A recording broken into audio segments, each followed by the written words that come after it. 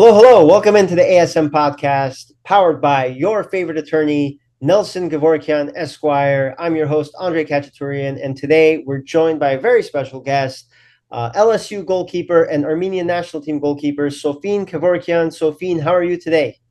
I'm good. How are you? Doing well, thank you. I appreciate you coming on. I know you had a couple of practices today as LSU is getting ready to kick off their season next week. So, yeah, you might be a little tired. So I appreciate you coming on. But I want to kick off this interview by let's taking it way back and asking you, how did you fall in love with soccer? What got you into soccer? Yeah, I think I was 5 years old and my older sister was playing soccer and I was just like, that looks so fun. So started playing with her. I think it was at La Jolla Impact and just fell in love with it right away. I didn't want to play any other sports and I never did. So yeah, but it was just love at first sight, you could say. Cool. And you grew up in San Diego, correct? Yes. So growing up, when did you realize that? I mean, a lot of young boys and girls play soccer and they, go AYSO and whatnot, and maybe play in high school. But, you Yeah. know, when did you realize though that you are, better than everyone else and, can have a career doing this? Um, I want to say like sophomore, junior year of high school. I wasn't really sure if I wanted to play in college. Well, I knew I wanted to, but wasn't sure where to start, like how to get involved with everything. And I just started getting like looks from college coaches. And I think it was then that I was like, okay, like this is what I want to do. Like it felt right. And once I started touring colleges and like seeing where I could go, I just knew that like I wanted a career in soccer. So you went from not even knowing if you're going to do this in soccer to, going to first University of San Diego, correct? Yes. And what was that experience like? Playing for kind of like your hometown school. You weren't far from home, but you're playing soccer there. What was that experience like for you? It was awesome. I loved playing at USD. My family got to go to every game, which was awesome. And it was really close to home. So for me, like transferring out, I just kind of wanted a new experience. And I think that LSU's that in every single aspect. I mean, Louisiana and everything about it is completely different than California. So I bet. just, yeah. But overall, I mean, the program was cool and the girls were awesome. And it was just a cool experience for my first 2 years to like be able to be there and be close to home. Yeah, I mean, when you think of the SEC conference, automatically you just think of dominance in sports, football, basketball. You've had Yeah. Olympic athletes come out of LSU. So what is it like that you're part of that program now, and in a program at a school that's just synonymous with sports? It's so awesome. I mean, just like being in the dining hall and like you look to your right and your left and you're surrounded by like phenomenal athletes. It's just a surreal experience. And I honestly, it still doesn't feel real that I'm here, but like I am. And I mean, LSU just has so many resources and it's just a great school to be at in every aspect. So I'm really sad it's my last year, but yeah, it's an awesome experience. Well, one thing I want to ask you is coming from San Diego to LSU. Um, there was I don't know, maybe you had an injury. I don't know. But did you have an injury last year, the decline in playing time, or is it just tougher to get playing time because you're in such a dominant program? Yeah, just tougher to get playing time. Dominant program and surrounded by like great athletes and everyone's competing day in, day out. So I didn't get playing time until the end of the year, but yeah, that's But you were fantastic in the limited playing time that you had. So what was that like, kind of proving your worth as you head into your senior season? it was honestly really awesome. And just being able to like play the last two games because we were going against Vanderbilt and Missouri. And if we didn't win those two games, we wouldn't make it to the SEC tournament. So it was kind of like if we don't win, we're not making it. So there was a lot of pressure behind those two games. And obviously I hadn't played at all before that. So just going into Vanderbilt, I was like, all right, like I mean, not. I mean, there is a lot to lose, but there's also not a lot to lose. Like we just need a win to make it. So I think it was just so cool being able to play with my teammates that I kind of got to like learn from and watch throughout the year, and just being able to step in on the home field was an awesome experience. And we did make it to the SEC tournament, beat Auburn, but then we unfortunately got out. But But you we'll be made it back to this year. the national tournament as well, correct? Yes, we Yeah, played and Texas Tech first yeah, round. yeah. You lost, but what was that experience like, being part of in the national stage like that? It was awesome. We like got to I think Lubbock, Texas, and it kind of just there's no obviously it's you're playing at an away field, so it doesn't feel like you're in a certain area or anything that's NCAA, but just being able to be at Texas Tech and like there's just a feeling of playing for something that's such a big deal, like a national championship. And obviously that's the goal every year. So it was obviously really upsetting to not make it past the first round, but I know that like everyone's way hungrier this year and we'll be back. Yeah, the season starts next week. It's gonna be interesting to follow you. Are you expecting more playing time this season? I think it's hard to tell, but I hope so. Yeah. And that'll be great to see that. And obviously, we just talked about you playing on the national level, and let's talk about the international level. You've been on the Armenian national team now since I think January 2014, and you got some playing time against Romania. First of all, what was that like? You're in Bucharest, far away from home, and in this international match. And uh, what was that experience like for you? That was honestly the coolest experience ever.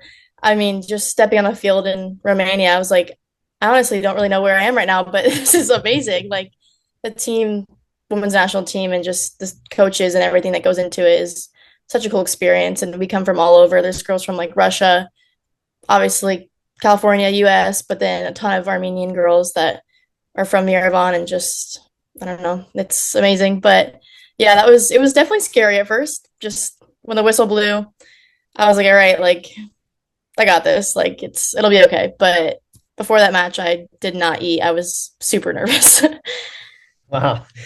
Well, it's very interesting to me because I've obviously been following the women's team ever since they started this page on Instagram in 2021. Back then, it was just crazy because the women's national team didn't even have an Instagram page, Yeah. and so like everything would be posted on the men's page, and then Mhm. all of a sudden they just stopped posting them for like a year, and Yeah, there was nothing. there was nothing. It was like, does this Yeah. team even exist? Like they would Yeah. play a game, they wouldn't post anything about it. And but now the squad itself is just uh, after years of consistently losing and being ignored, you guys have made noise in the last year and a half, going on a little bit of a winning streak, and there's some buzz around the program. And there have been major signs of improvement. There's more attention from the federation, it seems like, from afar to Yeah. the women's national team. What does it feel like to be kind of part of that now? And not just, oh, we have a women's team, but now it's kind of on the forefront, on the minds of the federation. Yeah, I think it's been a long time coming, obviously. Like when I first got to Armenia, they obviously would not post this. I would DM them like, "Hi, like you should post this," just, to give our team some recognition and the girls who have been there for so long and worked so hard for it. I think when we started getting recognition, I want to say it was January against Liechtenstein. If that's the right way to pronounce it. We beat them and the federation started posting us on the main page a lot. And it was honestly just like so awesome to be able to be recognized and just get like the attention from the people in Armenia and fans all over. Like our team has done a lot of growth in the past year, and I think that we're on the up. We're going to keep growing and keep winning and just being able to like make our country proud. So it was really awesome, and I just know it's the start for us. And we have our own Instagram now, but even then, just being posted on the Armenian FF1 is really Yeah. cool.